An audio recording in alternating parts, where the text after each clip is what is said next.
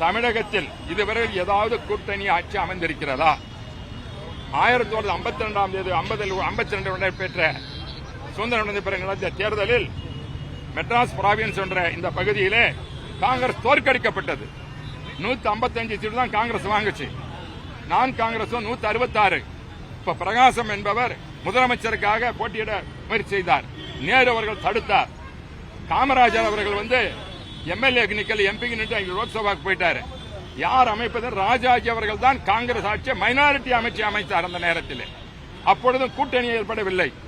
அப்பொழுது ராமசாமி படையாட்சியினுடைய கட்சி, என்ஜி ரங்கா கட்சி அவர்கள்லாம் காங்கிரஸில் சேர்த்து உறுப்பினர் ஆக்கித்தான் அவர்களுடைய அங்க கூட்டணி ஆட்சி இருந்ததில்லை. அதேபோல காமராஜ் 2 முறை ஆட்சி அமைத்தார். 57, 62 கூட்டணி ஆட்சி கிடையாது. அதேபோல பேரன் அண்ணா அவர்கள் 67 ஆட்சி அமைத்தார். கூட்டணி என்பது கிடையாது. புரட்சி தலைவர் அவர்கள் 72 அதுக்கு பிறகு ஆட்சி அமைத்தார்கள். அந்த கட்சியை விட்டு பிரிந்த பிறகு 77 வெற்றி பிறகு ஆட்சி அமைத்தார். அப்பொழுது கூட்டணி ஆட்சி கிடையாது. சொல்ல போனா 2006 ஒரு நிலைமை ஏற்பட்டது.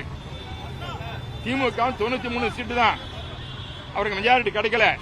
பிரணாப் முகர்ஜி இங்க வந்தாரு. காங்கிரஸ் கூட்டணியில் சேர்த்த வேண்டும் என்று அப்ப கோரிக்கை வைத்தார். அப்படி என்ன சொன்னார் கருணாநிதி அவர்கள்? கூட்டணி வைத்தால் நான் முதலமைச்சர் பதவி வைக்க மாட்டேன், இதை சொல்லுங்கள் சோனியா காந்தியிடம். 2004 செய்தது உதவி மறந்துவிட வேண்டாம் சொன்ன பிறகு சோனியா காந்தி கூட்டணி வேண்டாம், அவரே ஆள வேண்டும் என்று சொன்னார்கள். அதே நிலைதான் இன்றும் வருகின்ற 2026 எடப்பாடி பழனிசாமி தனியாகத்தான் ஆட்சி அமைப்பார் தவிர கூட்டணி என்பதற்கு இடமே கிடையாது. தமிழகத்தில் இதுவரை கூட்டணி ஆட்சி வந்ததும் கிடையாது, இனிபோல் வரப்போவதும் கிடையாது. பிளே ஸ்டோர் மற்றும் ஆப் ஸ்டோரில் இருந்து பாலிமர் செயலியை QR கோடு மூலம் பதிவிறக்கம் செய்யுங்கள். செய்திகளை உடனுக்குடன் பெறுங்கள்.